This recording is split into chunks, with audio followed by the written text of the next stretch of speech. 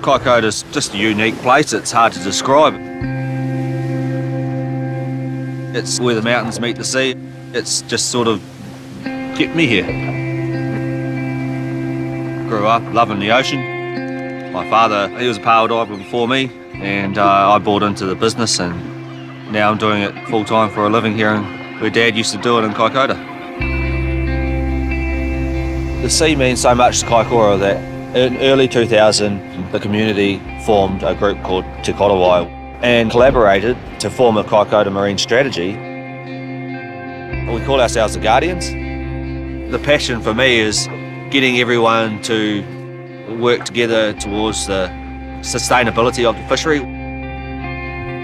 In November 2016, the Kaikoura power fishery was decimated by an earthquake of magnitude 7.8. You can see where the earthquake's uplifted.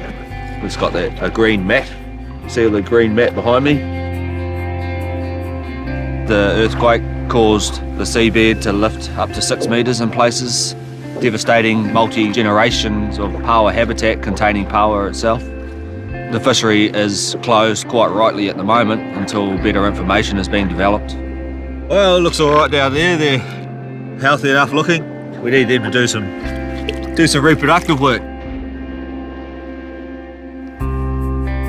In Maraetai, the sustainability of the fishery is threatened not by natural disaster, but by population pressure. So it starts right here for us on this beach. All of the beaches where cockles being gathered and pipi were being gathered were just getting so hammered. We were down to 10% of the stock of tuangi that we'd begun to survey. When it reached that point, we closed the whole thing off. We've had a rāhui and official closure on collection of sea fish from this beach. From a really young age, my brother and I used to feed whole communities from the fish we caught out of the dinghy. It kind of led to a natural evolution of me becoming a commercial fisherman. Māori are a very big part of the commercial industry, and therefore it's incumbent on us to bring our principles of kaitiakitanga through into the commercial industry. The kai, the tiaki and the tanga is the action, the proaction of guardianship, looking after the environment, our people. Ultimately, all of us as commercial fishermen, we need to take on the role of guardianship. Often sacrifice is an important part of being a kaitiaki, just as we have at this beach put a ban on ourselves from eating our kaimoana here, then I recognise that down in Kaikoura as well.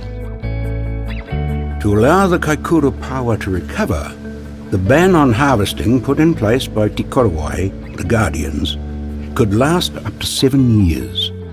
Carrying the financial burden over that longer time will be crippling for some people, and in my case, it'll be hard to manage. But my son's 5 years old, and even before he's diving, like 12 years old, the fishery will be right and we'll be in there again. That's the driver for me. Yes, it's a long time to wait, but in reality of it, for future generations, I don't think it's a long time at all. I want my son to be able to do what I've done if he chooses. I want to protect this activity for future generations. Oh, there's one. We're letting those ones breathe. The ocean isn't endless.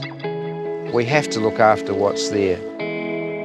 All of these taonga, from the smallest, the unseen, who cannot speak for themselves, to the largest, like the tohora, the whale. We're seeing a huge sea change and awareness amongst this next generation. And I look at the Kaikoura example and say, yes, that is kaitiakitanga in action. The absolute belief and understanding that we all have to be responsible harvesters, guardians of the ocean for the well-being of all.